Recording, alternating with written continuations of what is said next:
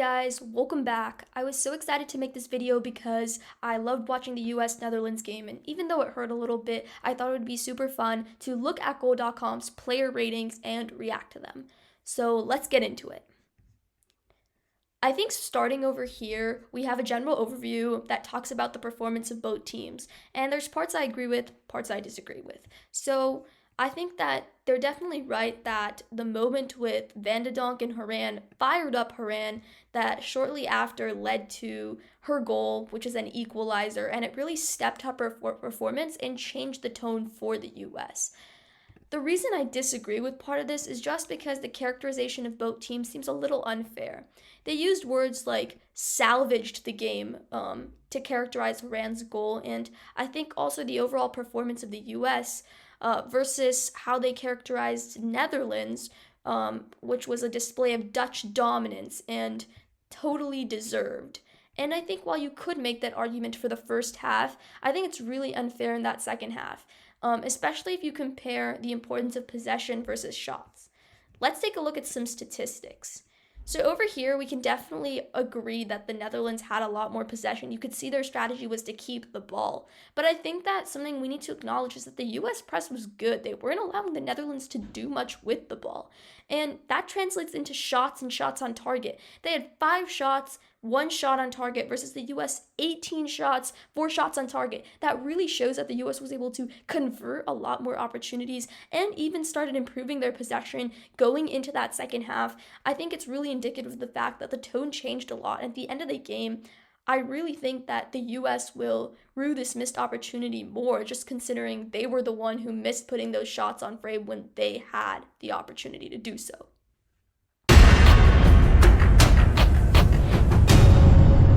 Let's get into the ratings. Firstly, we have Alyssa Naeher, who's given a 5 out of 10. And when it comes to goalkeepers, 2 main things that I look at. First is shot stopping, and second is distribution.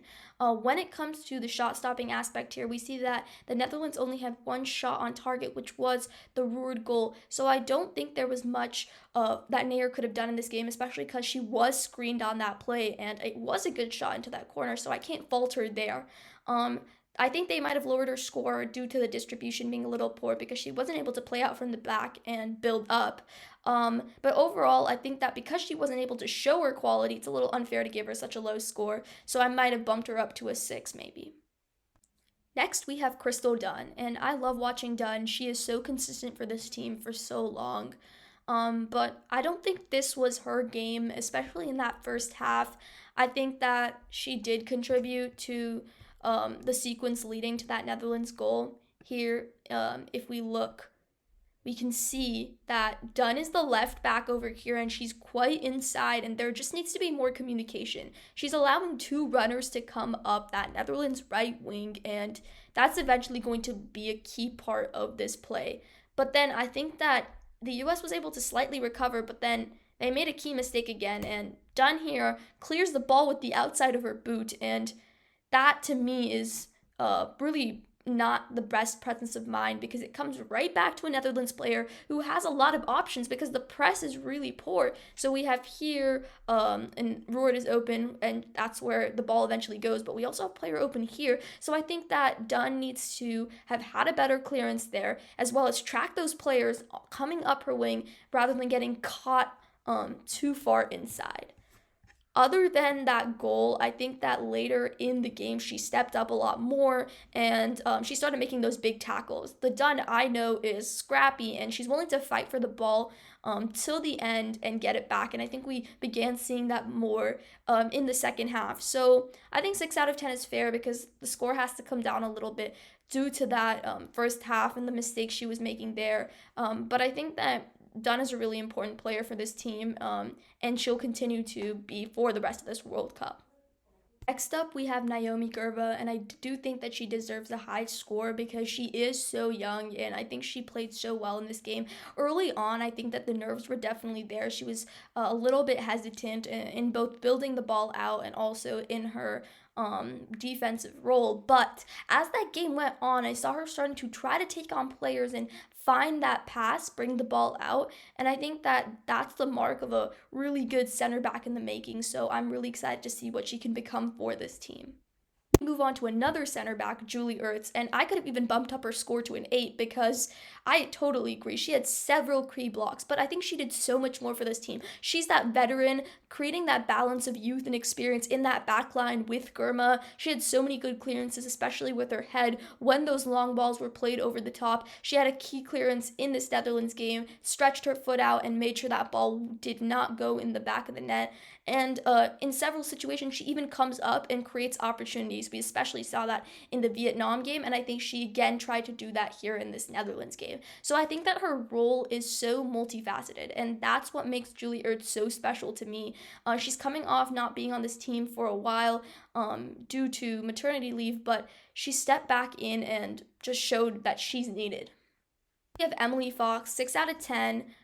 They're saying it's not her best game. Maybe that's true, but I think that she did a pretty good job. She wasn't able to create too many opportunities other than, as they talked about, the one solid cross. But I think defensively, we can give her credit because I think our left side was a lot more vulnerable than the right, and I think she was doing a good job not allowing too much advancement up that side. So I think that it was a solid performance defensively, and she can definitely build on that to start being more of a offensive creator.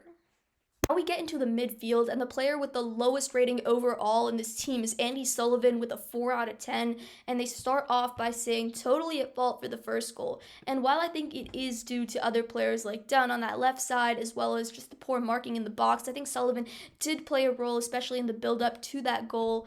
Over here, we can see that Sullivan is the player chasing Martins, and that's because Sullivan lost in that tackle and allowed her to break into this completely open space, and it was mostly a jog after that. I didn't see too much effort to try to get back and be that marker there, so I think that there's definitely issues that she was having with controlling that Netherlands midfield, and that kind of continued throughout the rest of the game. So I think this is a pretty fair ranking. Definitely not the best player on the field today. At the U.S. captain, Lindsey Horan, she got a 7 out of 10.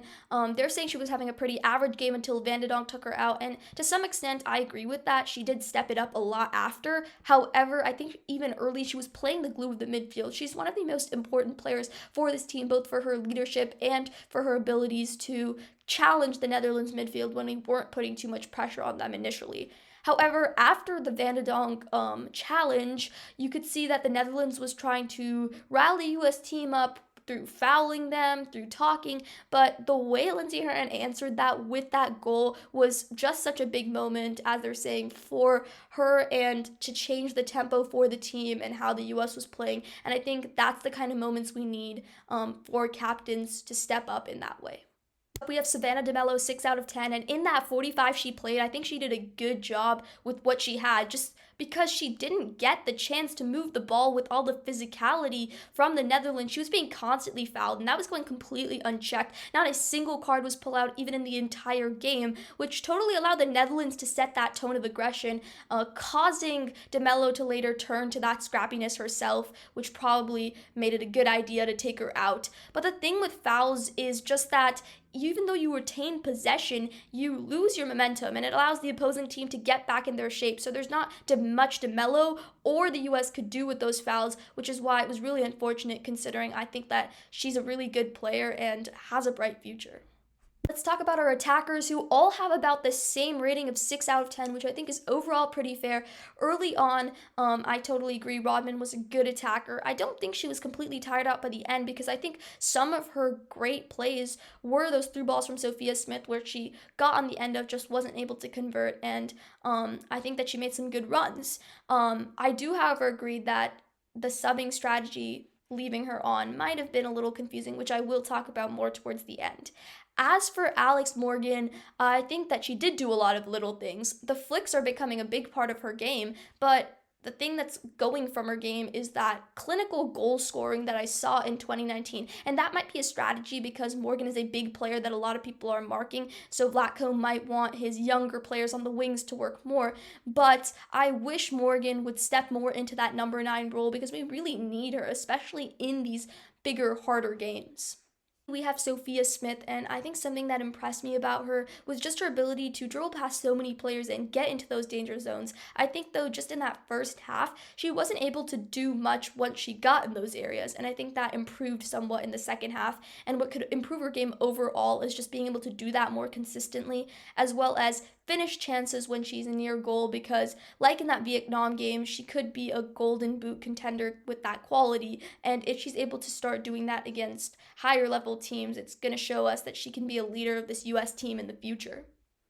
Lastly, we have substitutes and managers, and Rose Lavelle was the only substitute. She got a 7 out of 10 here, and I think that's partly because of her lovely assist. Her corners are always spot on, and we saw the ability of the US to capitalize more on these set pieces since they got so many corners when Lavelle came in. She definitely did change the tempo of the game.